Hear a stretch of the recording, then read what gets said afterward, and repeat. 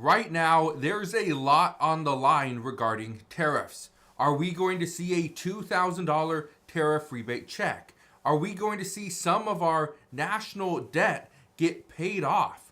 Will we see seniors, people on Social Security, will they receive a larger monthly benefit as a result of this surplus in tariff revenue?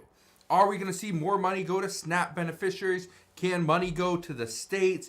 Could we see our deficit shrink every single year? And ultimately, will we see the federal income tax be eliminated for certain earners?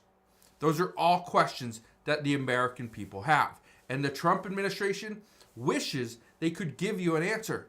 The problem is they're waiting on the Supreme Court. And as of right now, the Supreme Court is skeptical that the tariffs that were put in place are legal. That's a problem. But look at this. It says Trump White House prepares tariff fallback ahead of court ruling. Right now, there's multiple discussions happening that the White House is extremely concerned that the Supreme Court is going to rule against them. Meaning, this money that was brought in through tariffs might have to be paid back.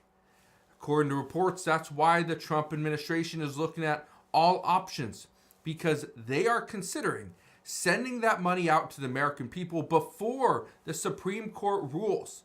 And if that were to happen, President Trump would say, sorry, we don't have the money. It went back to the American people. And if you want to challenge that, you can try to get it back from them, but that's probably not a good move.